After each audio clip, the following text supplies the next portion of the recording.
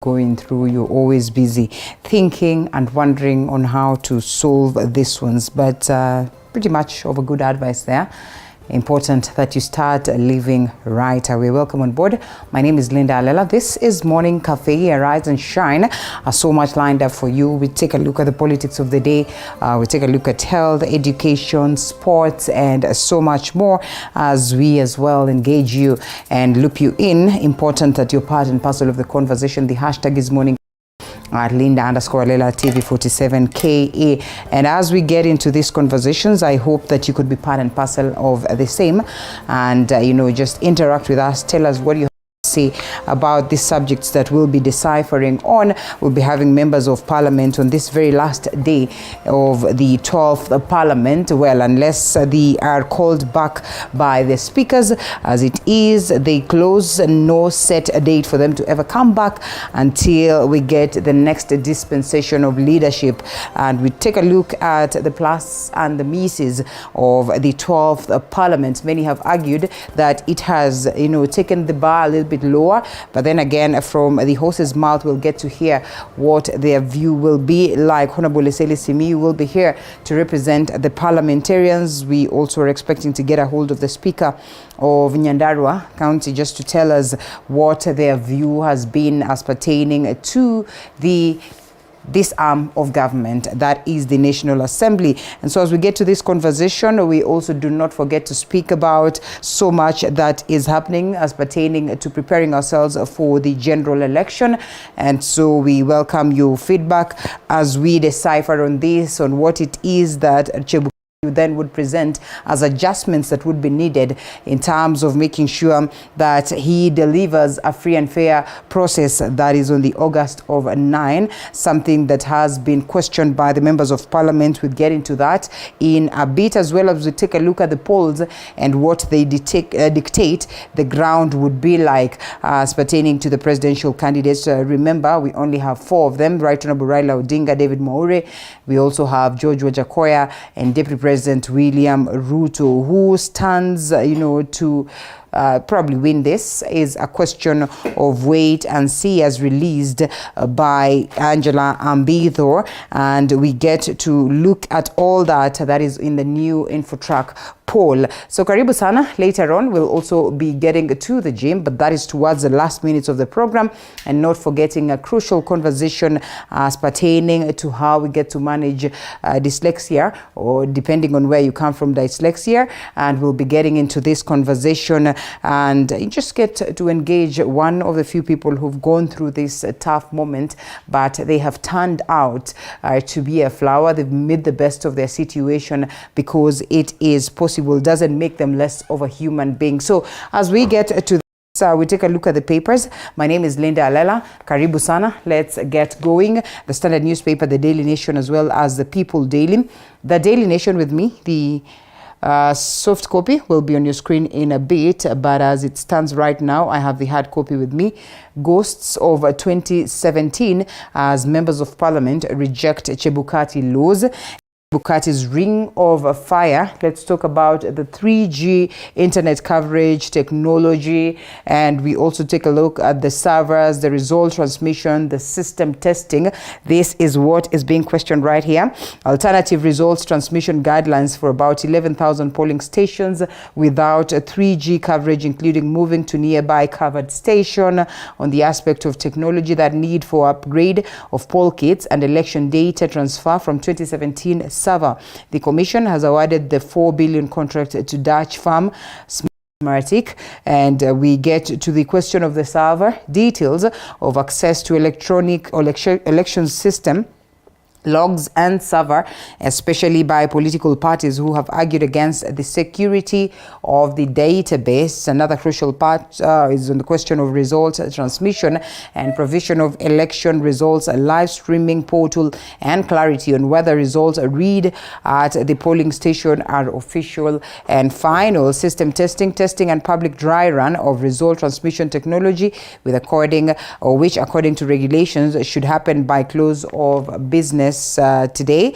Well, it's about 2017 all over again, and parliamentarians or parliament rejection on a new regulation intended to seal loophole at the IEBC that forced former CJ David Maraga to annul the victory of President Uhuru Kenyatta, that is sometime in 2017, has thrown the Electoral Commission into a spin about 60 days or barely 60 days before this year's general election. And this has been captured on page 4, 5, 6, tells you how crucial a matter it is and why we need to go deep into this conversation. Still on the Daily Nation, it is about the numbers and what the ground speaks of this morning as of yesterday's release by Infotrak, a poll, and it suggests that if elections were to be held today, Azimio La Umoja Kenya Alliance boss Raila Odinga would lead in 20 counties and garner approximately 9.3 million votes, while Kenya Kwanza William Ruto would lead in 16 counties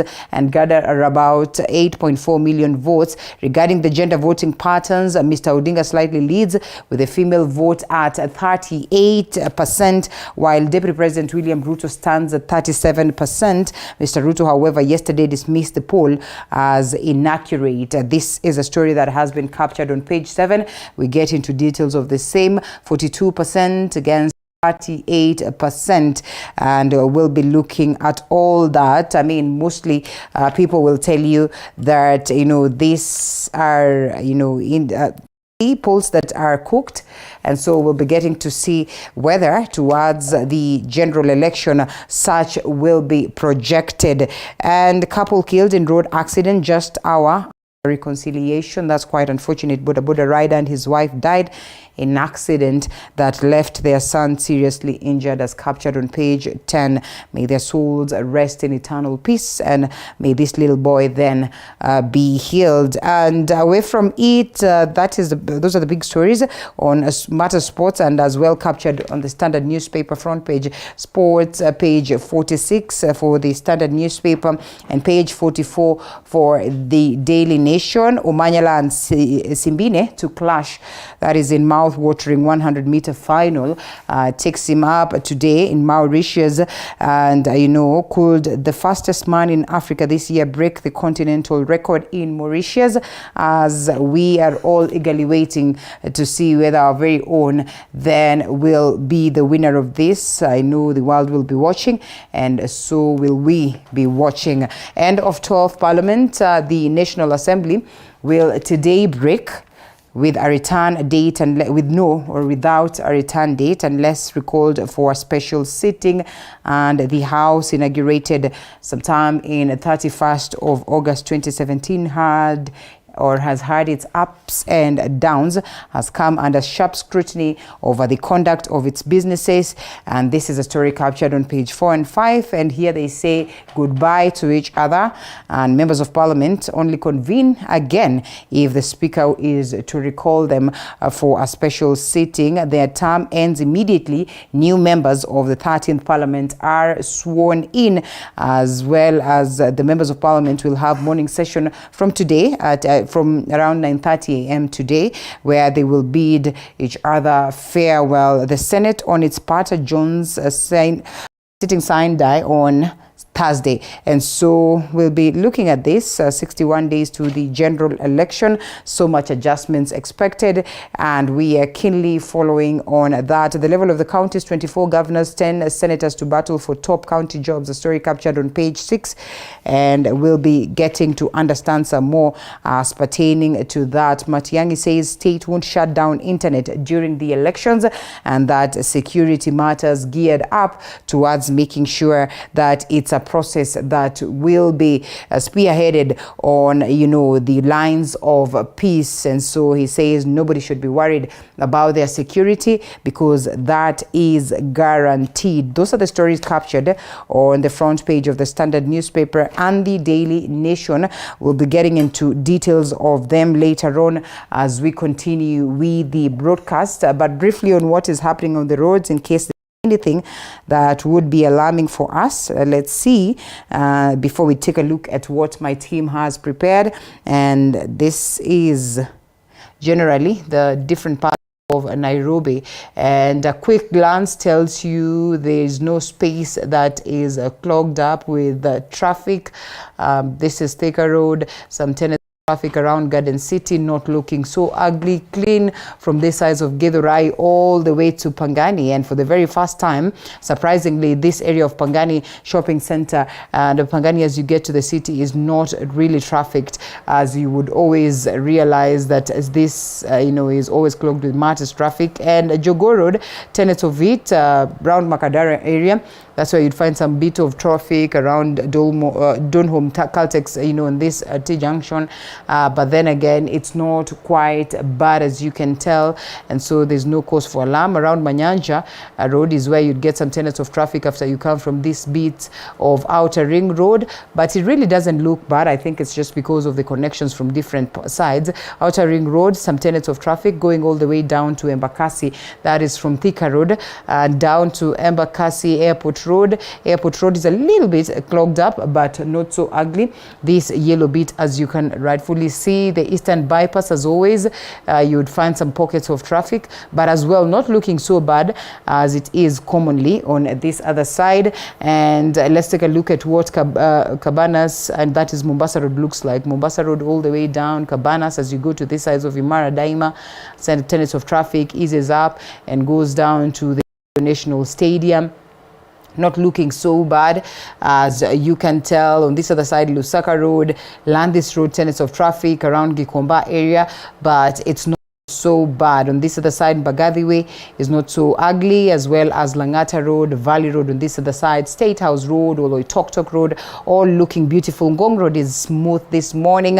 Same applies to Waiyaki Way and down to ABC Place as you connect to James Gishuru, finding your way next to these areas of Lavington and down to Gitanga Road. It is all looking clean. Limuru Road as well is clean this morning. The Northern Bypass, as always, white and clear as a pamba would be, that is cotton wool, and so much more. So really no cause for alarm, apart from this side of Eastern Bypass where the traffic is a bit clogged up, but it's not looking all bad. Muranga Road and all these key areas that you would want to traverse in Nairobi are not looking bad. Let's now take a look at the stories of the day, and a preliminary audit by auditing firm KPMG has revealed there are about 246,465 dead voters in the voters register.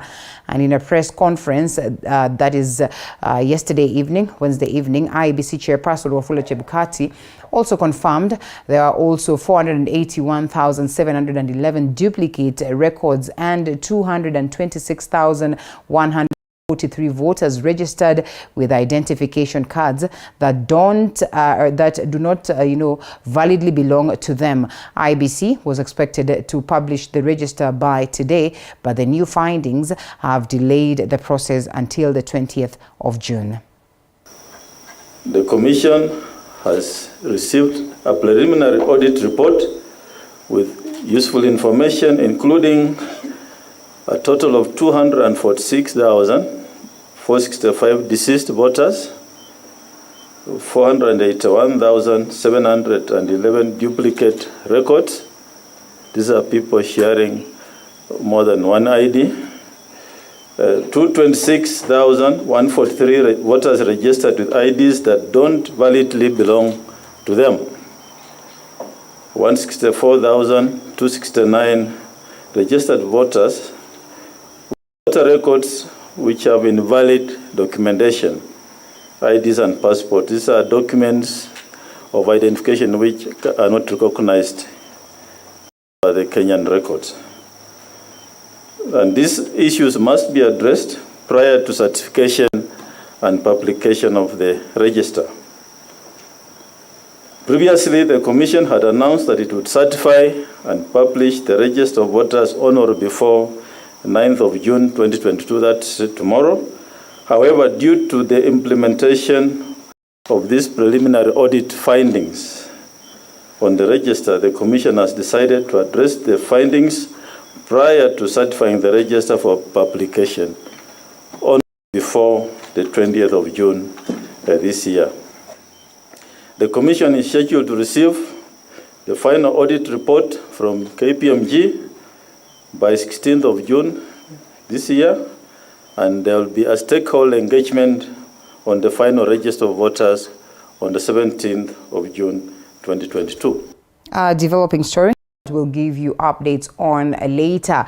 Azimio La Umoja Kenya Alliance presidential candidate Raila Odinga is the most preferred candidate and is leading in 6 regions.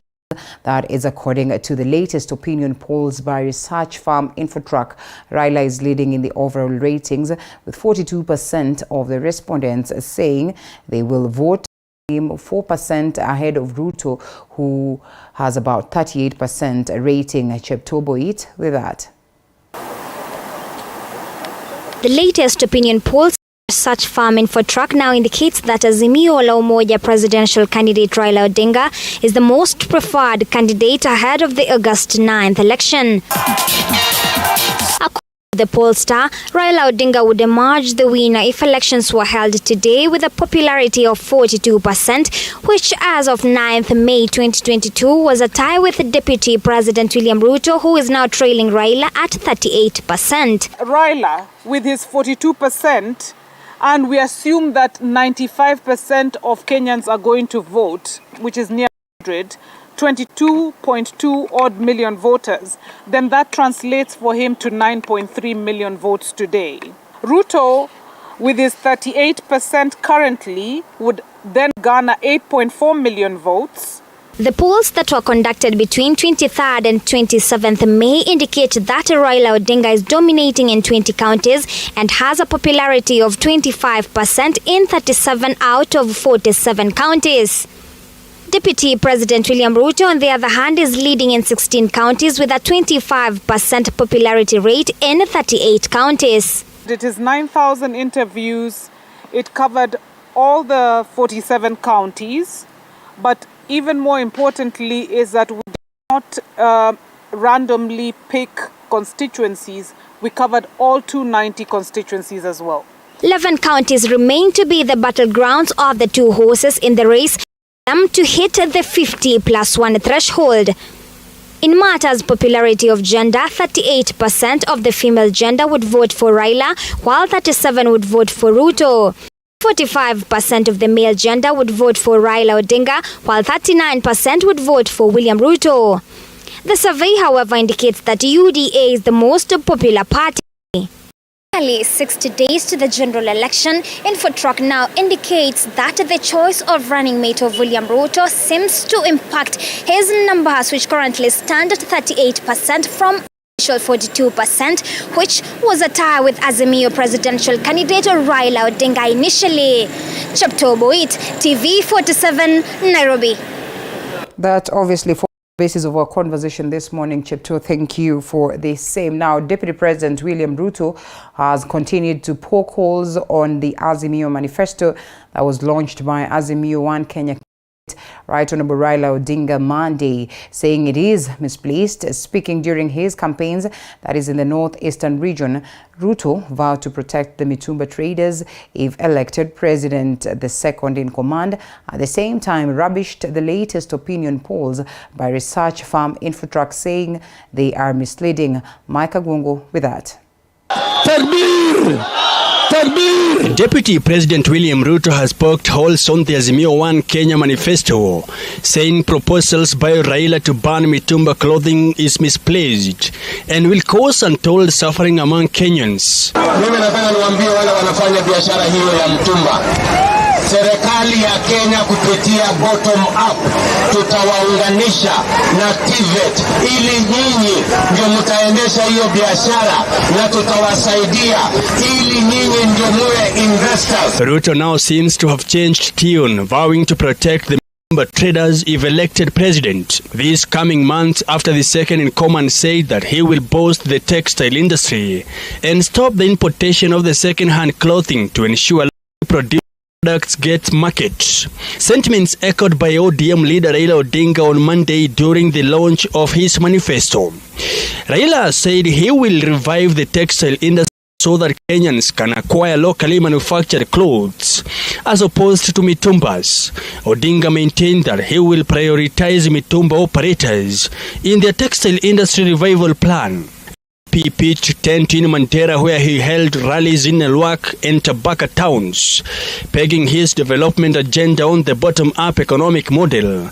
Ruto said resources will be channeled to the second-hand clothing sector. Manifesto yao imekwama, wameenda kumanufacture ati opinion poll, ati ya kusema ya kwamba sijui wataendelea namna gani, wameenda wakasema sijui NSIS, wameenda wakasema opinion poll. Mimi nataka niwaambie watu wa Mandera na watu wa Kenya, hawa watu tumewashinda na njia zote. The deputy president regretted that the politics conmanship had become so pronounced in the country that some politicians were now looking down upon other people's businesses. There is nothing they can do anymore. They sold us fear. They sold us the deep state. They sold us the system. Now they have resorted to fake opinion polls. We are telling them on the 9th of August, the people of Kenya will decide against deceit, against betrayal, against conmanship, and we are going to have a government for the people of the Republic of Kenya. Garissa Township MP Ndhiwa asked the deputy president to bring to a stop extrajudicial killings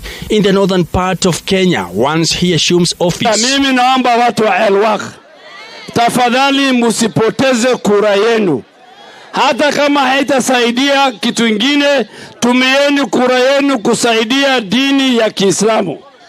Mnasikia? Kura yenu ijenge madrasa. Mchague ule kiongozi anajenga madrasa. For the fourth day, Ruto has pitched tent in northeastern region, spreading the Kenya Kwanza gospel in Palampala and Modogashe in Garissa County, Habaswein, Hadado, Ebute and Kotulo in Wajir County, and Mandera Town, Elwak and Takaba in Mandera County. The Kenya Kwanza running mate Rigathi Gachagua in his Meru County tour asked the people of Imenti to rally behind a government that will take care of their interests. Don't be misused by a government that is retiring. Hii serikali inaenda nyumbani. Nyinyi mjipanga na serikali inakuja. Nyinyi watu ya majani chai hapa, watu ya kahawa, mtakuwa na ile inaitwa guarantee minimum return. Kama mkulima ukienda kwa shamba, unajua ile pesa ya chini kabisa utapata ni gani kabla uende kulima. Hata wajaribu hiyo binu ya kuleta opinion poll fake za uongo. Tunajua wanaleta hiyo ndio ati wasikubali matokeo ya uchaguzi.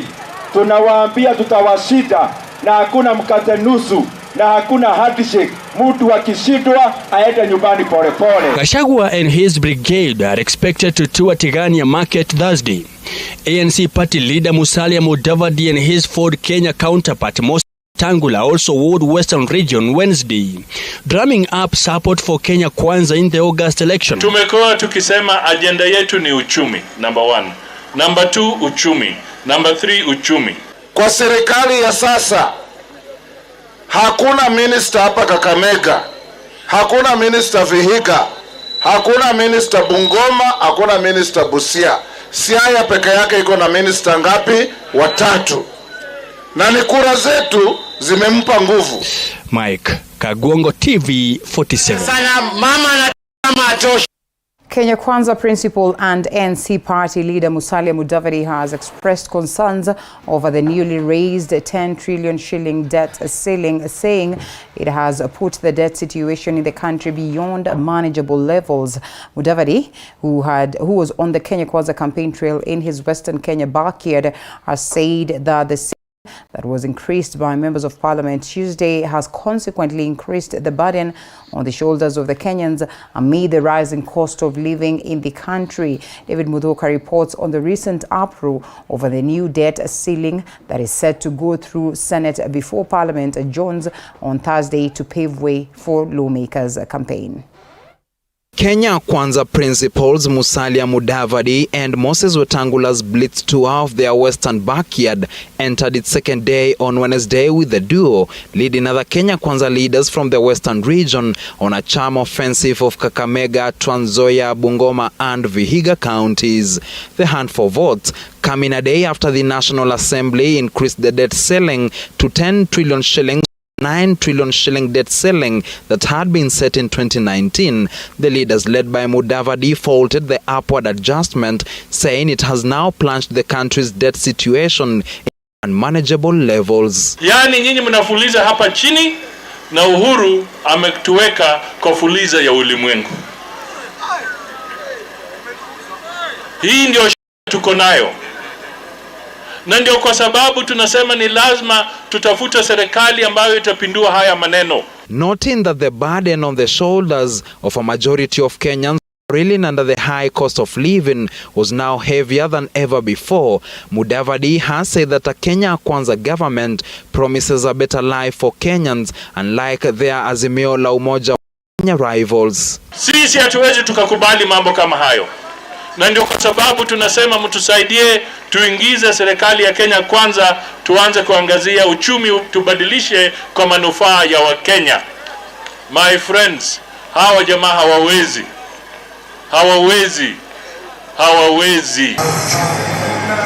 The new debt still needs a Senate approval before Parliament adjourns on Thursday, will now pave the way for more borrowing of funds to plug the 846 billion shilling deficit in the 3.3 trillion shilling budget for the 2022 to 2023 financial year. The additional borrowing coming at a time when the country's debt has rapidly risen since President Uhuru Kenyatta took over in 2013. As at December last year, the country's total debt stood at 8.2 trillion shillings, up from 4.4 trillion shillings in August 2017 at the end of President Kenyatta's first term in office, and up from 1.8 trillion shillings in April 2013 when President Kenyatta took over government. Wakati Uhuru alikuwa akiingia mamlakani, thamana ya dola moja kwa shilingi za Kenya zilikuwa shilingi 90 kwa dola moja. Akakopa, tukakoa, tukilipa shilingi 100 kwa dola moja. Sasa tukilipa madeni na yeye ameongeza. Sasa tutakuwa tukilipa shilingi 120 kwa dola moja. Despite the new war front over the rise in debt, President Kenyatta has been on the defensive, most recently during the Madaraka Day celebrations. The only time debt is a burden to a nation is if a nation is led by looters. But in the hands of a visionary administration, debt is a catalyst for rapid development. Maintaining that it will not be business as usual after assuming power, Mudavadi has said that a Kenya administration will borrow prudently. David Mudhoka, TV47. All right, at least 500 people from Mombasa County have filed a petition in court seeking to have former Nairobi Governor Mike Sonko vie for the county's top job. The residents have faulted IEBC for barring Sonko from vying, accusing IEBC officials of biasness. Paul Kirobi with that. Former Nairobi Governor Mike Sonko's bid to replace Hassan Joho in the Mombasa gubernatorial bid has received a boost after Mombasa residents filed a petition in court seeking to have the former legislator vie. The 500 residents have criticized the Independent Electoral Boundaries Commission, saying it is biased. Sonko's lawyer wrote to the Supreme Court in the morning, raising queries about the decision to bar him from contesting in the August pause. There are only two obstacles. One was the issue of the original degree. It was supposed to be brought here so that they see it physically. So that one was done yesterday. The original degree was brought, and then the verification was done by the Kemo University Vice Chancellor. He sent an email direct to IBC, and a copy I have kwa simu yangu. That the degree was verified and it was certified, and we. At least 500 people are pushing IEBC to allow Sonko to vie for the governor position. Early today, Sonko pitched tent at the IEBC offices seeking to get answers. We are waiting for the response. So the returning officer has scanned these letters and sent them to the IEBC offices in Nairobi. Once she gets a confirmation from the legal department, she'll call us. So until now, you've not been clear. She'll call us to come for the clearance certificate. She has to confirm the authenticity of this communication from Supreme Court. For our lawyer, have confirmed it's genuine, and from the Supreme Court also have confirmed because they send it via email. Yes, that's why I'm making it public to the media so that we can do our confirmation. This coming just a day after drama unfolded at the IEBC offices after the officials failed to have audience with the former governor. On Monday, a 3-judge bench lifted orders that had barred IEBC from receiving Sonko's documents until 3 petitions filed against him are heard and determined. Justices David Majanja, Chacha Mwita and Mugure Dhame, however, said the orders should not be construed to mean they had directed IEBC to clear Sonko. Paul Kirobi, TV47.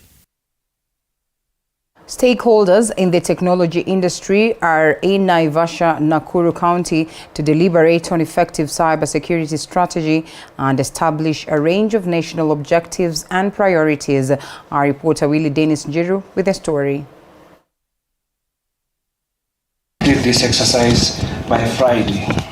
The security apparatus in the country have alluded to the fact that cybercrime has significantly dropped in the recent years as compared to the year 2017 at the height of the general election, following the enactment of a law aimed at curbing the vice. Our job is to develop the evidence so that when we move forward there, we are able to succeed in prosecution.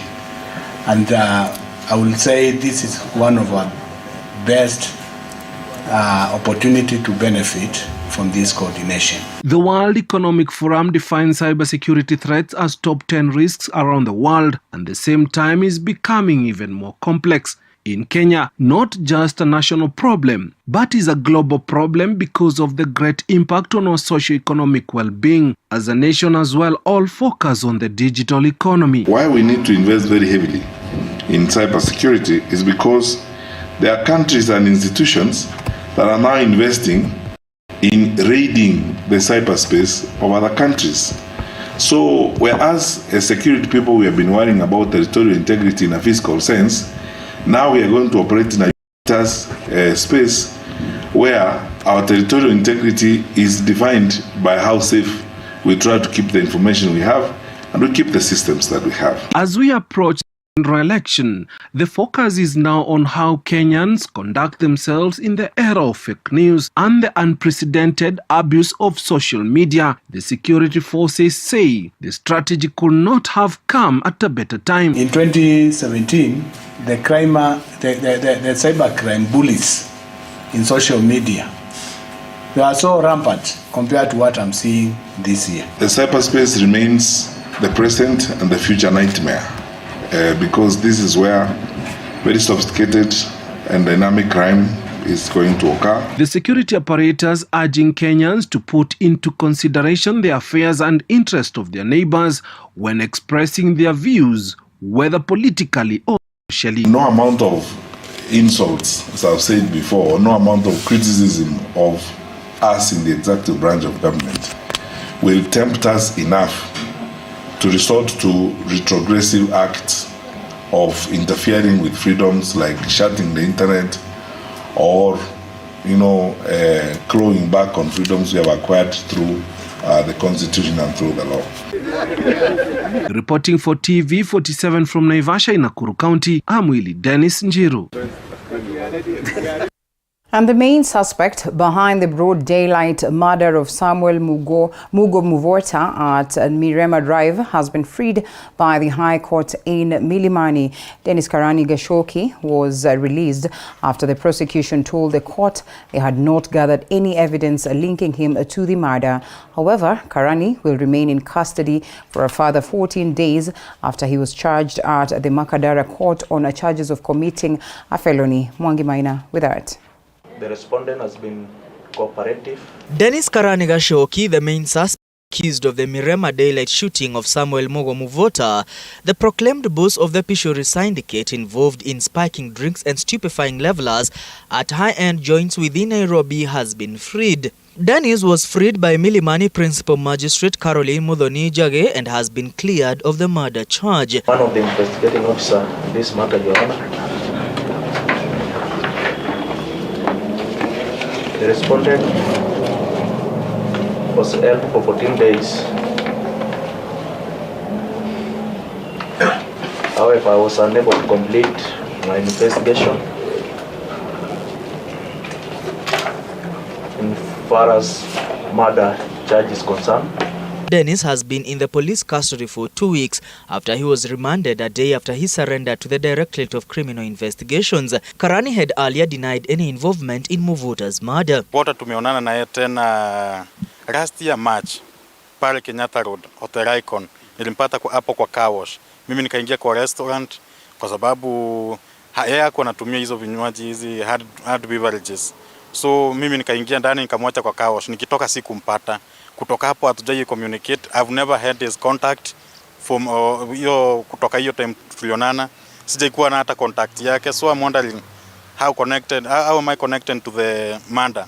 The DCI will, however, continue with their forensic probe into the gruesome murder after Karani is cleared of the murder charge as the DCI tries to unravel the circumstances that led to Muvota's execution. This even as information emerged that he led a clique of criminal gang, majorly involving women who would be used to spike drinks and stupefy revelers before stealing from them. The accused person will, however, remain in police custody after he was charged yesterday at Makadara Law Courts for allegedly committing a felony and stealing more than $500,000 Kenya shillings from different bank accounts, among other valuables, from a complainant identified as David Kaikai. Mwangi Maina, TV 47. Yes, Mwangi Maina closely following on the developments of that to keep us up to tabs. And it's now time that we get to the conversation. It's all about politics and what is shaping the matrix of, the 61 days left for us to go for the election and get another crop of leadership. This as Parliament exits the stage, well, not in totality because they are in session until the other crop of members of Parliament then would find their way in. But then again, they won't be going back to the House unless they are recalled by the speakers as pertaining to addressing matters that would be of importance. And so we just get to unpack what the 12th Parliament has been like, what have been the misses and, the fixes that they have managed to achieve as we get into other factors that are, determining the space of 2022 general election. Dr. Eseli Simiyu, Member of Parliament of Tongaren, is with me in studio this morning, as well as Wakili Ndegwa Wahome, who's a Speaker of Nyandarua County, and we also have Honorable Augostinho Neto, Member of Parliament candidate Ndhiwa constituency. Karibuni sana. Still under the UGM party? Yes. United Green Movement. Yes. Yes. And thank you, Alela. It's nice being on studio after a long time, and yes, I'm happy to be with a very competent group of panelists, my friend Dr. Eseli Simiyu, and of course Wakili Ndegwa Wahome, who I've known for a long time. I wish him his very best as he runs for Nyandarua governor. And of course, we're still there at governor, right? Yeah, yes. We have already been cleared. And I'm very happy to see my friend Augostinho Neto. And I really wish him all the best in Ndhiwa. Also my friend here, Dr. Eseli in Tongaren. And we are also happy to be with you, Rida. It has been some time. It is very hectic at the grassroots. But we thank God. Yes. All right, karibuni sana. Last day in Parliament. Yes. And here we are. I would not want for you to start this conversation for us because the best, people who are positioned to speak of this, Augostinho would be. Augostinho has been in the House, the Parliament then, and the 12th Parliament. Augostinho, how would you rate them? I would be reluctant to speak badly of the House of Parliament. Is it? Okay, well, not speak badly, but state facts. State facts. I think the 12th Parliament has had a few gains, but also, of course, a couple of mistakes were made. But I really think that one of the things that Kenya has not properly gotten to appreciate is the division of power under the Constitution 2010. Because, we saw many members of Parliament are still allied to the party leadership. And especially so, those people who are properly so in Jubilee. I think the 12th Parliament failed in checking the presidency, and to the extent that they failed to check the presidency, a few mistakes were made. You know, most members of Parliament do not appreciate that when you are a legislator, your oversight role includes up to the presidency, so that the mistakes that the presidents make, the mistakes that the judiciary make, the check and balance is supposed to be created by the House of Parliament, and that we did not see properly in this particular House of Parliament. But again, I think there were very many young members of Parliament who came in. That was a good thing for me, who got into Parliament as a young Kenyan. I really think that the space is for very many young Kenyans to run for office, to create that fresh breath of air that we have. You know, you have many people who've been in the House of Parliament for a long time, some serving 20, 25 years. But I really think that the breath of fresh air of young people who came into the House of Parliament was a good thing. The third thing is the number of women members of Parliament who were elected to represent single constituencies. I have in mind, you know, my very good sister, Honorable Millie Mabona, and amongst others, who really did a very good job. And my county, Homa Bay, I think led from the front. You know, the number of women legislators who were elected from Homa Bay County shows the spirit of the liberalist minds that Homa Bay County is. And I really think that we need to see a few more women members of Parliament elected, not on the affirmative action seats, but also, you know, just women of their own rights and their own motions leading Kenya in a good place. So I really think that to that extent, the 12th Parliament really led in a few good fronts. Right. Of course, there are also a couple of things, you know, the mistakes that were made, legislative mistakes, and part of the debate that we're going to be having today, legislation with regard to taxes, that, you know, they increased taxes to the detriment of the Kenyan people. But of course, like I've said, that was because most members of Parliament didn't know that they could actually check the presidency, you know, so they had legislation made elsewhere and they just simply rubber stamped it. So Parliament then became a conveyor belt, you know, where legislation that was proposed elsewhere was then stamped by Parliament, running away from that very cardinal role that Parliament is supposed to be. So we saw taxes, VAT taxes, manner of taxes going up, and I really think that wasn't very fair for the House of Parliament. Then again, many other things that they did. Of course, the Building Bridges initiative, where Parliament is supposed to have checked the presidency in a proper way. I think they didn't that properly. So when BBI collapsed on its fours, it was more of a ping-pong game. So Parliament, really, I hope and I look forward to being in the 13th Parliament with Honorable Eseli Simiyu. And I think we should have a vibrant Parliament, one that can question both the executive and the judiciary in a manner that helps run a proper democracy, because the democracy is run and built on the three pillars of government: the executive, the legislature, and the judiciary, all checking each other. It's supposed to be a check. It is rivalry, independent yet interdependent, and I hope that that's what the 13th Parliament should bring on board. And Honorable Ndegwa, we have heard members of Parliament here, you know, crying foul about the very same house. This is an arm of government that we're talking about. This is an arm of government that we have confidently seen, you know, being interfered by, you know, by the executive, as Honorable Neto would rightfully put it. They have comfortably sat down to see that happening. The very same individuals cry foul when it comes to the questions of law. They have sat on this very panel and they have said, you know, we cannot do it. I do not know what the problem is. Something as basic as the public management bill still sits there. Probably a progressive, you know, document that would be very helpful to us. But they say, you know, it's because we are not on this party, we're on that other party. And we have seen the adjustments that were made, and, you know, the whipping that happened within the Jubilee Party. What would you make of it as it exits the stage? I think the thought of the Parliament largely did not serve the public. It served other sectarian interests. And I'm sorry to say that. And also it is a Parliament that is bowing out with a crowd hanging over its head that there was a determination by the court for its dissolution, which the president declined. And I don't know how they were going to deal with it, because it will remain there for history and it will be read over and over by generations to come. When we expected this Parliament to stand up for the people, it actually did not do that. When the executive wanted to misappropriate, if I can call it that way, the judiciary, Parliament was very happy to slash the budget for the judiciary. Right. They have not been able to operationalize the judiciary fund to ensure that that arm of government, which is very critical for the growth of this country, that is working in the right way by being facilitated effectively. Also, when it came to taxation, I think largely the members of parliament looked confused, or they did not really understand the impact of that taxation to the people of this country, and actually they never stood up and be counted with the people. The debt, I know the debt is the issue of the debt ceiling is a very major issue for discussion today, but I would also want to say that although they were able to very quickly and without much thought, in my view, to continue increasing the debt ceiling for the country and changing the law to accommodate the same, they never followed it up in the oversight role to see where this money was going and whether it was value for money and whether it was triggering economic growth for all of us, so that it could be beneficial to the people.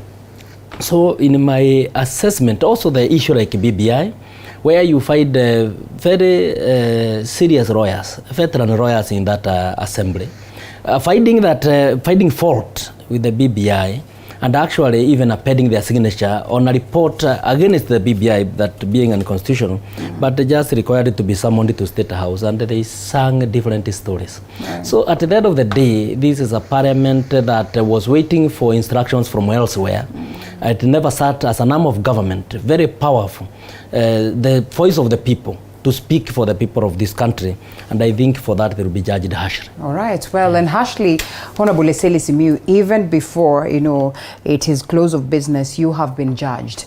You've been here long enough. The previous parliaments you have witnessed. I have sat with you here, and at some point in time, you equally have agreed to the fact that, the quality of debate in parliament today is not as it was back then, is not as vibrant, is not as progressive. Why do you suppose such has gotten you people to be judged that way? And moving forward, as you also yearn to be in the next parliament, what do you suppose are the changes that need or adjustments that need to be made? I think, Linda, we must start from the point that the quality of representatives also matters.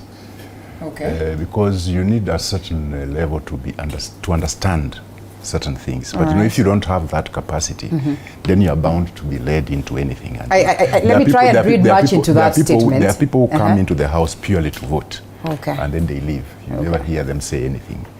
Then the other thing, which I'm at risk of being accused of being unfair, but Parliament is as good as the Speaker. Okay. The Speaker can make or break Parliament. The Speaker can decide, can actually make the quality of debate good or not good by the kind of people that gives airtime. Okay. So if you are fond of giving airtime to just noisemakers who actually use the floor to campaign for their respective parties, the quality of debate will definitely deteriorate. What goes into that process of giving airtime to? I believe that as a speaker, within a short time, you've actually known what kind of people you are dealing with. Yes. And with time, you will know who is going to bring substance and who is going to bring hot air. You know that. So actually, you can the speaker also. I'm not saying he's the only one, but the speaker can also help. Is that to say deny opportunity to these ones that would wish to echo their sentiments, or what exactly? Yeah, because sometimes you see the thing is the fact of the matter is the speaker, by our laws and by our standing orders, is a dictator. A dictator by law. Okay. So you have all rights whatsoever. So the speaker determines a lot of what goes on. Who will speak on what subject when. So he also carries a lot of responsibility as to the quality of debate. Then the legislators themselves carry a responsibility, but as I said, there could be some capacity problems. And I mean, I'd really love to understand this, because Honorable Augostinho Neto, while we could want to point a finger at the speaker, a parliament where people walk in with, not entirely, yes, a parliament where representatives are coming in with lollipops, others are being accused of having their guns.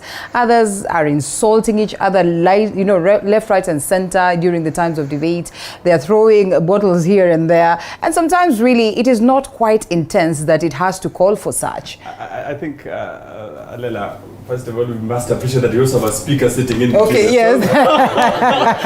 And that house is as good as the one that is at the national level. Yeah, but so before I comment, I think Honorable Eseli Simiyu is being honest, and I ran away from it. But now that he's brought it to the fore, let me get to deal with it.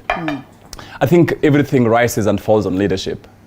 To the extent that the 11th Parliament and the 12th Parliament were pale shadow of themselves, I mean, most of it can be attributed to leadership. Yeah. If you compare the House leadership under Marende and the Speaker Justin Muturi, two different things. It's not about the capacity of the legislators. And I really think that the 12th Parliament actually had more people who have gone to school. The proper papers, not these ones of getting when IBC wants them. We've seen degrees surfacing from various places when you need clearance. But I think the 12th Parliament had very many learned young people, people with PhDs and stuff like that. That means that the 12th Parliament, I think, in the history of Kenya was the most learned. But the problem we had with the House leadership was that the Speaker sometimes made decisions. You see, like Honorable Eseli Simiyu says, the Speaker is supposed to know who is in his flock. Who are the people who are representing the people? So that the choice of airtime, if it's supposed to be a legislative discussion that inquires mental competence, you cannot just speak on anyone else who waters down the speech. The Speaker needs to study the mood of the House and understand this level of debate, who can actively participate, who has the mental mien to speak to issues. But you see, to the extent that he gave airtime to people who have no clue about what is going on. For fun, I think he used the chair more to entertain himself than to have purpose of debate. That was number one. But number two, I think the Speaker was outrightly very partisan. There are moments when I really think he took very partisan positions, which is unlike a Speaker. A Speaker is supposed to be an arbiter. Granted that he might have been brought in by Jubilee, but I really think that the processes, the moments when he really took positions to support the government was really, really unfair. The Speaker is the third in command in terms of the arms of government. If, for example, God forbid, the president wasn't there, the deputy president wasn't there, the Speaker actually is the leader of the country. To that extent, he's supposed to have shown, it should have been non-partisan. But, so the quality of debate, one, was determined by the Speaker, but number two, it is not that the members of Parliament were not really mentally competent. No, I think they were. But Wakili Ndegwa said, this particular parliament also suffered several issues.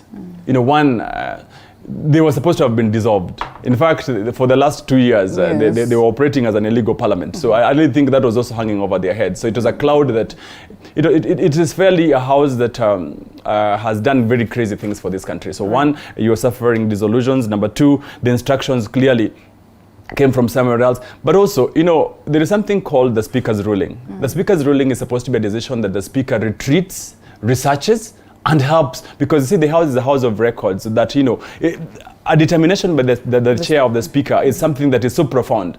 What did Muturi do? He made those rulings on his feet. I mean, he just stood there and there is no one lawyer or one judge who understands the law so that you can just make decisions on your feet like Speaker Muturi did. So I really think that most of the mistakes will be laid on him. But I really think that, again, maybe he has learned so that when he becomes Speaker on the 13th Parliament, I do not know what Kenya Kwanza is offering him. But I really hope that... they would not really... Mr. Speaker, sir, how different is it from, say, okay, well, the National Assembly and this one's at the level of the county? I think, Rita, and I have talked about this in several forums, that this is the time that Kenyan public, because readers are as good as the voters who put them into office. And there are people who should never have seen the inside of a parliament or an assembly if they were not driven there by party euphoria. And it is the time, from what we have experienced across the county assemblies and across the Senate and the National Assembly, that Kenyans sit back and put quality leaders, especially legislators, into the assemblies and into parliament. Otherwise, when you get into parliament just purely because of the party, then you just roll your brain to the masters or to the leaders of that particular party. Okay. There is no thinking of your own. You are just told, as the Daktari says here, just go to parliament and vote for the vote yes for this motion, and then you get back to your business, because at the end of the day, you did not deserve to be where you are. Therefore, it is for the Kenyans to decide whether they want to have the assemblies, the quality that we have today, and even for parliament, or they want to put good leaders. I know where my good friend Augostinho comes from is dominantly ODM. But clearly, when you are assessing leaders of this country, he was only there for 5 years. Whatever he did in parliament, we read about it, we look at it, and we appreciate that there was a leader here sitting in the space of Ndhiwa, but impacted on the whole nation. So therefore, for Kenyans, my main appeal is that look at individuals, the quality of those people, their track record, and then put them into spaces that they can effectively occupy. And that is the only way we are going to drive this country forward. We have 2 minutes to go for a break, and so in 30 seconds, how would you rate your performance as Speaker of Nyandarua County Assembly as Justin Muturi? Do you suppose you... Okay, Yes, I think for myself is that I'm very proud. And when I walk around in Nyandarua is with my head high, because the governor and tame them really, not tame as such, but tame, yes, in lines with politics. That, despite the governor and creating an alliance with some MCs to fight the concerns and aspirations of the people of Nyandarua, I stood very firm. Illegal motions of impeachment and such to ensure that they don't deliver services to the people of Nyandarua. But I stood firm. I went to wherever I was supposed to go, to the courts, to the government agencies that deal with such issues, and most of those people who are trying to throw Ndegwa under the bus so that they could mismanage the resources of the people of Nyandarua, they have retreated, and most of them are under investigations. I expect that some of them will be going to jail to respond to the concerns of whatever they did when they occupied that position of privilege. And therefore, for me, and when I walk in Nyandarua today, everybody will point, this is the man who talks about the resources of Nyandarua, who has ensured security for our resources, and obviously they consider me as a leader who should be put in a space to take care of their resources and to ensure prosperity for the people Give it to you, of that county. You have survived that one. Nyandarua has not been an easy one. Yes. He would attest to that. But then again, here we are. He speaks of the governor. I would want us to speak briefly of the government, that is the president, in relation to how he is involved in the businesses of the house. But that should be after the short break.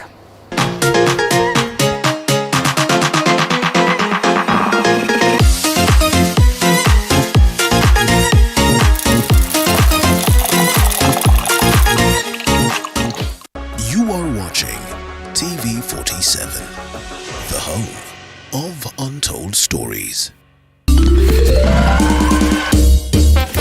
Sona moja imetengenezwa kwa njia spesheli ili kupambana na maumivu kwa haraka. Sona moja ina aspirin kama kiungo. Sona moja, kitulizo kamili. Maumivu zidi, pata ushauri wa daktari.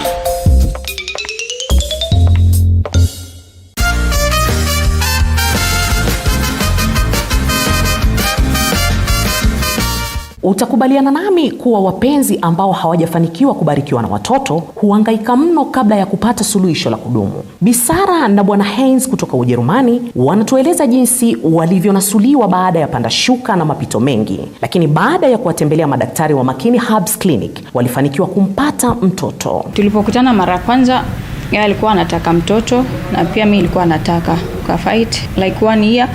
Hatukufanikiwa. Akaniambia the best way tuende kwa daktari tukaangaliwe. Tukakaa kuangalia tuenda wapi, tukapata tukaambiwa tuende Makini. I come from Germany near Frankfurt. I'm very happy to stay here on this place in Makini Clinic.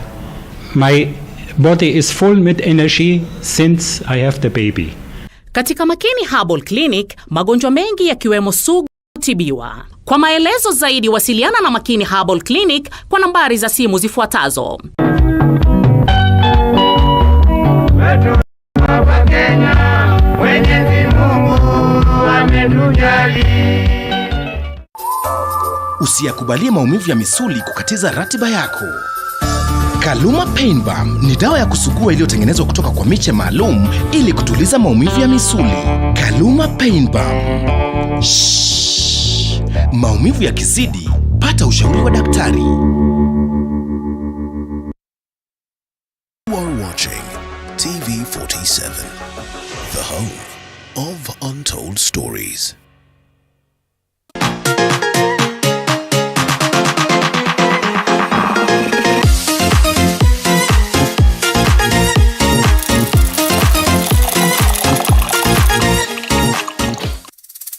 Welcome back to the broadcast. Still with me in studio, Honorable Dr. Eseli Simiyu, Member of Parliament of Tongaren, and Ndegwa Wahome, Speaker of Nyandarua, as well eyeing the gubernatorial position.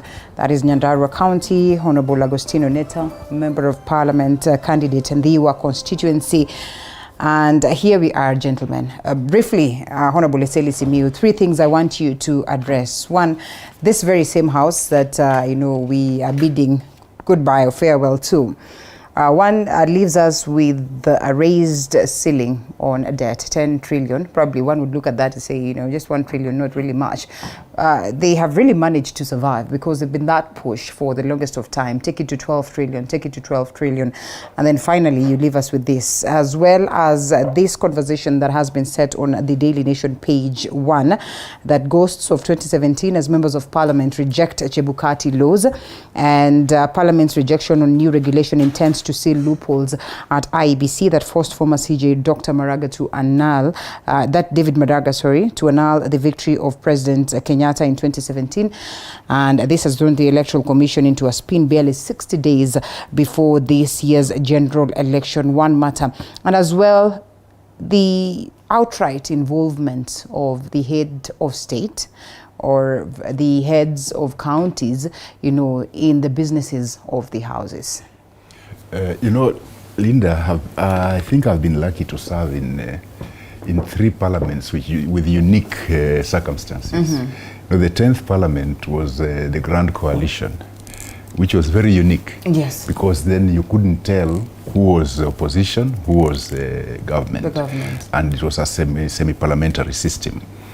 But still, we managed to hold the government to account, because nobody was in the opposition, nobody was in government. And we were able to actually play our oversight role very well, despite all that. But I think that was also because the speaker was very, very, very astute at that and managed to control the house very well. Then come the 11th parliament, and we had this overwhelming majority of Jubilee, who went out of their way to include other parties that had not been the part of like the party that Musalia had was part of became part of the government and all that. So they had an overwhelming majority, and they could bulldoze things through. And in fact, when they start talking about debt ceilings, that's when they started the game. and they really bulldozed things through. Such that we could perhaps just make noise and not get anywhere. And that's when you found that embarrassing moment of the security laws amendment, when there was that embarrassing moment in Parliament, which had never been seen before in Kenya. Because the Jubilee juggernaut virtually overwhelmed us in the third coalition, and the independents also joined the Jubilee side. And that's the beginning of what you'd call pork barrel politics, such that if you didn't sing Jubilee's tune, you did not get any development in your constituency. That's when the fracture started. And that has because during the Grand Coalition there was nothing of the sort. Okay. During the Grand Coalition, development was across the board. Everything was across the board. But once Jubilee came in with the overwhelming majority, then now you started seeing the so-called opposition areas being sidelined, and things like that, to the point where to get any development, whatever in your constituency, you've actually had to beg and crawl. So that again stymied some of the people in the then opposition CORD, who then went silent so they can be able to at least get something in their constituencies. But the rest who are still vocal were really mishandled. Then now we get to the 12th parliament, and there was the handshake. So now that now really caused complete confusion in the House, because you couldn't tell who was the opposition, the opposition, who was the government side. Then the UDA people now rose up to try to play the opposition role, which they don't know very well. So they couldn't really play it very well, because you know when you are in the opposition, you need to be very organized, especially on legislation. If you have only maybe 3 or 4 people like Duale, Kimani Ichung'wah, and the rest that are really strong, trying to organize, while the rest have got no clue what's going on, it can't help. Because I remember that time I was in the leadership of the CORD coalition, and we were able to marshal our troops quite well, by the way, to keep our coalition intact in the opposition for 5 years. It was not easy. It was not easy, but somehow we managed that, and then metamorphosed into the NASA team. But now after the handshake, that confusion came on. But then we realized that the game the president played was, he feared that his deputy was going to start sort of decampaigning him even in the House. So he feared that the troops of the deputy might make his agenda not go through. So he looked at the next biggest party, which was ODM, and the NASA side, which was available for him to add on his numbers, and therefore managed to push through his agenda. And in the process, the other side were confused. They want to be in the opposition, but they don't quite know what role to play effectively to actually deliver what the opposition would have delivered. And I think that has been the main confusion, because they are not sure whether they're in government, whether they're in the opposition. Some of the things they're criticizing are the things that they had actually perpetrated themselves shortly before. So you find that it looks like doublespeak. What they vouched for, now they are forced to go against it, and they don't quite know how to do it, and they have not marshaled their troops properly, and that has led to the appearance of confusion in the National Assembly. So these 3 parliaments have been very unique in their ways. And then you realize now, after the handshake, now some development starts going to what would have been called the opposition areas. And that has not pleased some people, who then said that, okay, we elected Uhuru, but he's taking the development elsewhere. Now, those are the people who don't understand development. Because as a government, if you develop just sections of the country, then you'll not get good results. It has to be across the board. So those are the things that we've been grappling with. As for the election laws, I think this just blame it on Chebukati. He's lazy. He's lazy. Because these are things he should have brought to the House in 2018. Why is he waiting until now? This guy is just lazy, and we need to call him out. Because like I can tell you something very interesting. Kwani this IEBC, does it employ all Kenyans or just a section of them? When you look at the 47 county returning officers, almost 20 are from one community. Is it? Yes. You say that. We might need to go down and these are facts. If you look at Bungoma County now, with 9 constituents, that means 9 returning officers. When you add the county returning officers, those are 10. 5 are from one ethnic community. What game is Chebukati playing here? Nepotism, and that clearly would tell us there's no. There is something wrong in that IEBC. Their human resource department, there's something wrong. And you know, this is raising a lot of eyebrows, especially for us in Bungoma, because we know these 5 are from a community that favors Kenya Kwanza. Hold it right there. It's raising eyebrows, and we are going to call Chebukati out on this, because this laziness of bringing these amendments at the tail end of Parliament, I think he was hoping that nobody will study them properly, and then, you know, because there are few people in the House, it will just pass. But the House works with committees. So the Committee on the Delegated Legislation looked at them and realize, okay, there were some that were accepted. Yes. There were some that were denied. So what we pass is, there are some that the committee recommended that we should not pass them. There are some that we passed. But this is the mark of laziness of Chebukati. And why is he doing this? Is he really lazy, or is it deliberately? Is that a justification of not making these adjustments? That playing lazy, yet actually has an ulterior motive somewhere. Okay. Because how do you, after that problem of 2017, why wait until now to bring these regulations? Why did he bring them in 2018?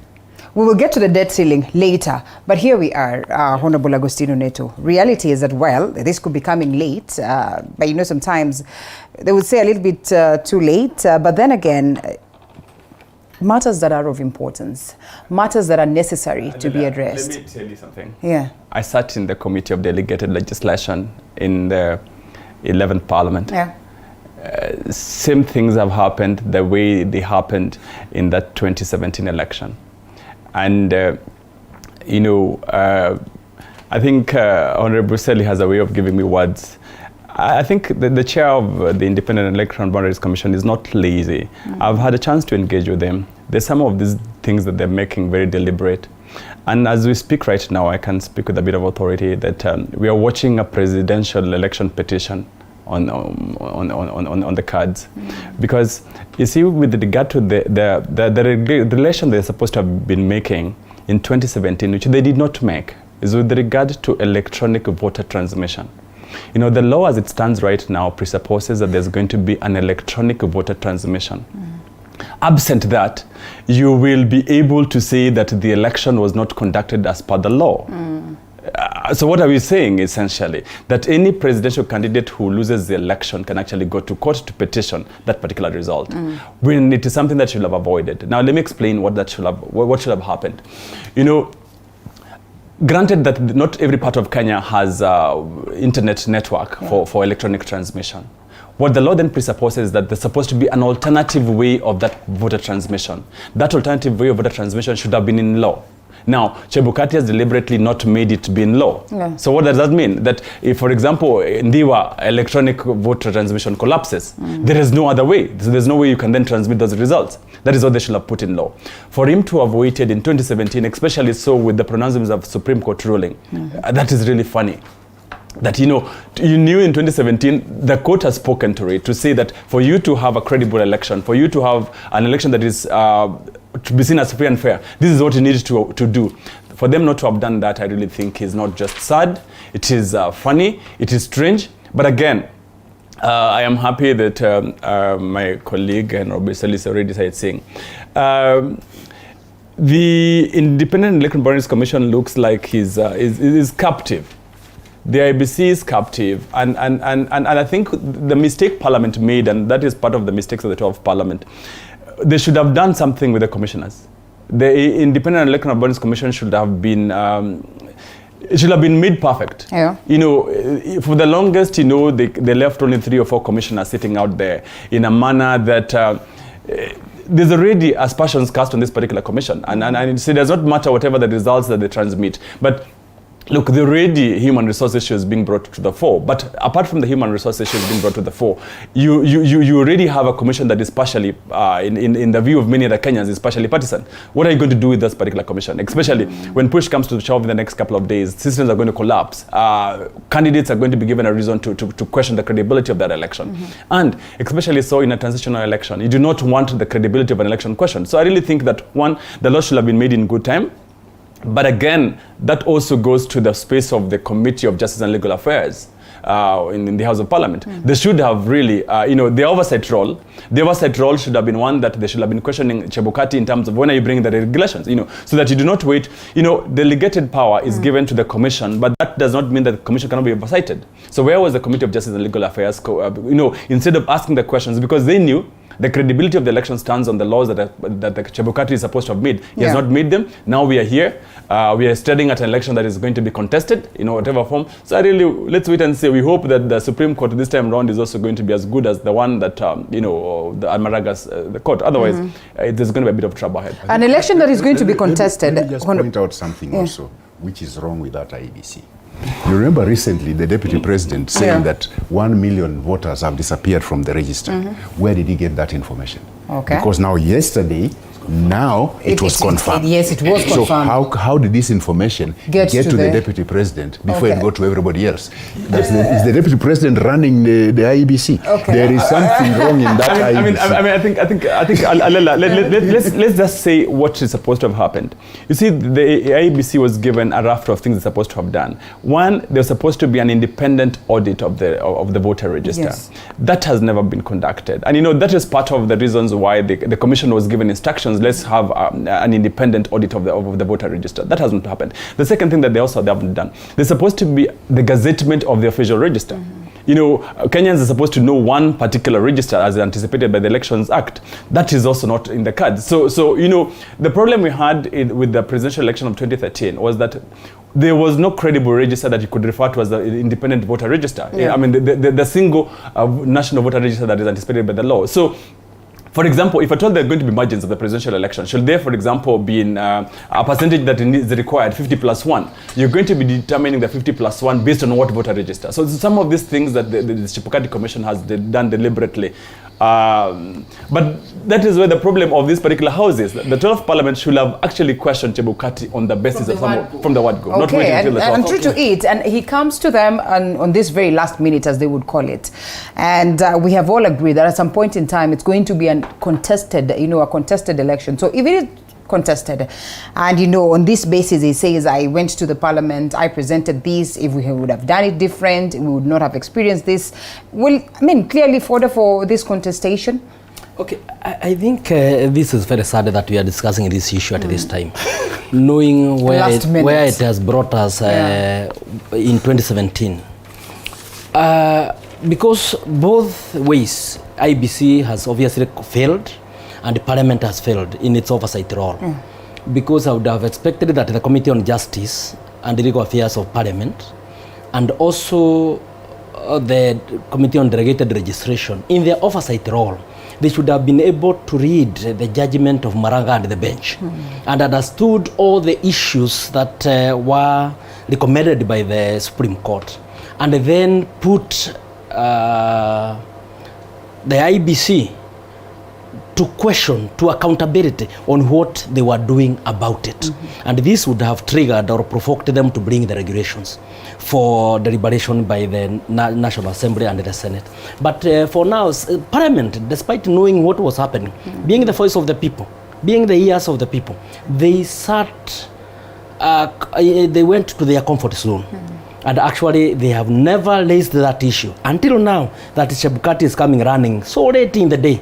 And I say, reader, that in politics, nothing is an accident. Even an accident is meant to be that way in politics. And therefore, this is not an accident. Okay. And I don't know where Chebukati would be wanting to take us. The Supreme Court clearly did not change the law. The transmission of results is still supposed to happen from the polling station and electronically soon. And what will happen on those results from the 11,000 polling stations? We are looking at a very serious issue that we might be going back to a return election after the actual election, after the primary election on the 9th of August 2022. This other issue is that Parliament also maybe they mitigate the inaction or inertia by the reason that the laws that they have rejected coming late in the day, yes, one. Number two, they are saying that it is poorly drafted. And I think that would not be a major issue because they would be able, although regulations, there are also limits to Parliament. You either reject the entire document or you pass the entire document. So if it is bad, then it is bad. If it is good, it is bad. So Parliament there, they mitigate their inertia in a way. Again, the most fundamental issue is that Chebukati never took this document for public participation. And there, Parliament is in consonance with the Constitution, that this document does not speak to the Constitution, and therefore we cannot allow it. But then, what I'm asking myself, where I'm sitting as a good citizen of this country, as a lawyer, with the situation that we are in, what kind of an election are we going to? is Kenya going to be safe with the kind of laws that we have on elections that are supposed to happen 61 days to come? And it is a big issue, and I think when the parliament actually should not be going, although the speaker has powers to summon the parliament even when it has gone sine die, but then this is an issue that should have been settled for once and for all on the 11,000 polling stations. And again, I have not heard any explanation. This is a good country. It is a rich country. We have people who are even ready to support. Why can't we be able to bring this 3G into these 11,000 polling stations? We have a lot of money to waste in this country, but we don't apply these monies where it is required for the stability and security of this country. That is the sad part of it all. That's a sad reality, but here we go. Honorable Eseli Simiyu, however much you could be disgruntled with the IEBC, they will handle your vote. I know. They will handle your vote. That's the tragedy of it, but what to do? Do you have the confidence on how they will handle yours in Ndhiwa? I mean, I think people should be held to account for malfeasance. You know, we cannot be complaining about an electoral commission year in, year out. There should be some causal. People should be asked to account for the mistakes that they have done and conducted in office. Because why should we be complaining about an electoral commission in every successive election? Especially when, like Wakili Ndegwa says, there is no accident. That is the way it's supposed to have happened. We're a country. It's by design, yeah? It's by design that they are giving you, they knew that if they brought the regulations these last few days, it's going to be rejected. Kenya is, I mean, IBC is the only commission that pays lawyers 50 million, 100 million. I mean, I've sat in that, I've sat in a committee that, I've sat in the committee that oversights IBC. So I know that they have money to pay advocates. So when someone wants to complain about poor drafting, it simply shows that, give it to anyone else, make sure that it's poorly done. Parliament is going to throw it out, and there's no time. We can't. So lawyers could be very excited waiting for contestation, and they would want to represent the IEBC in this case. Well, we drop that one for a moment, and I know we cannot linger much. Before you drop that, it's been the electoral system in Kenya has been a very interesting thing to study, because you remember long before, all the ballot boxes would be carried from the polling centers to a central point to count. And that time they would add on boxes, they would remove some, they would stuff in ballots, then it would be taken to a center. Then they start counting. Then it will take days before you get the results. Then this changed in the 2002 elections. That's when the counting was done at the polling station. I see that time, people had not come up with ingenious ways of rigging that. So that's why the 2002 election was so smooth, because people had not come up with an idea of how do we tamper with this counting at the polling station. But come 2007, some people had come up with ways of how to tamper with the counting at the polling stations, and they've kept on perfecting it. By 2013, they perfected it a bit. By 2017, they perfected it a bit, such that now you started getting what you'd call fly-by-night polling stations that didn't exist. But suddenly, during a polling day, some polling centers... Would it not have been different now that we went digital somehow? That is the thing. For us, we got digital, but we know how to abuse the digital system. Because as they say, with the digital systems or computer systems, garbage in, garbage out. So what they have managed to do is have perfected a way of how to feed garbage in. They had the election time. So you found the fly-by-night polling stations also getting ballots, and then they add, and then they just confuse the whole outcome. So this now it was the time to look at how do we perfect it better. 2002 it happened because nobody had a way of how to handle that. So perhaps it was time to change the system again, so that before people know how to tamper with it, the election is done. It's done. Yeah, because generally speaking, and I'm a Kenyan, and I feel very, very bad about it, but we seem to have glorified dishonesty to the point where the level of trust in the country is rock bottom, and that permeates into our electoral system also, such that lack of trust and the fact that we've perfected, we actually seem to glorify those people who are able to negatively manipulate systems. Yeah. And we actually say, these are good people, these are clever people. So we have glorified the wrong stuff. I think it's just a question of mediocrity. I mean, the country has been brought to a level where we have accepted very mundane things. You know, I watched the first election conducted by Isaac Hassan, that Isaac Hassan Commission, you know, when they actually showed us the real transmission of results real time. And, you know, I remember when they put up the first transmission. That was a good election.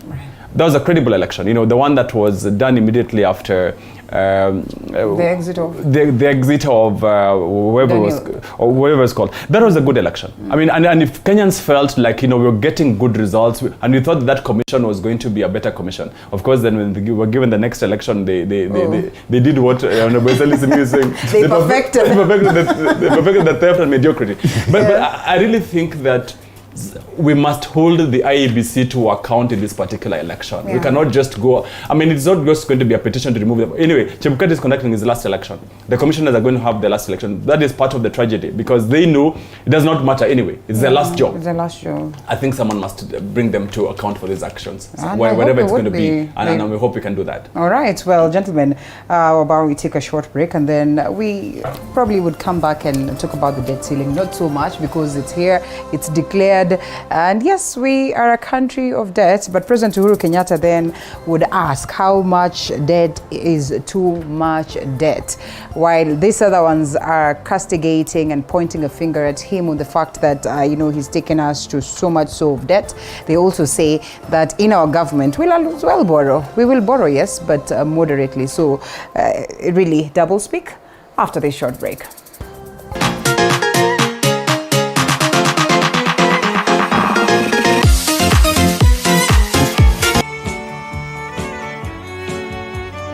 TV47 Country Ride brings you the great country music entertainment show.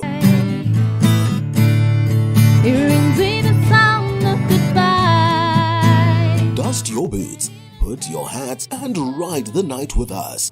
Up from San Antonio. Yes, from all regions in Kenya.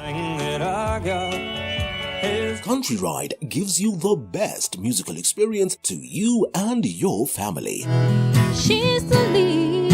Bring out the best of country magical moments by celebrating our fans' music, powered by DJ Stiga and host CK the Cowgirl. Watch the Country Ride every Sunday, 10 p.m. to 12 a.m. only on TV47, the home of great entertainment. Let's ride to the night together. This is the grind. Only those who will risk going too far can possibly find out how far one can go. T.S. Eliot. So I decided, let me just take this up, put the teaching on hold first. Let me try see where this can go. I mean, the opportunities are a lot. But is that all you need? Oh wait, there's more. This seems a little too much. Let's slow it down. You do this is something you do out of passion. Join me, Violet Njoki, as I navigate through the maze of the increasingly dynamic business environment and quiet down the noises. As I help you flourish in business, every Monday at 7:30 p.m.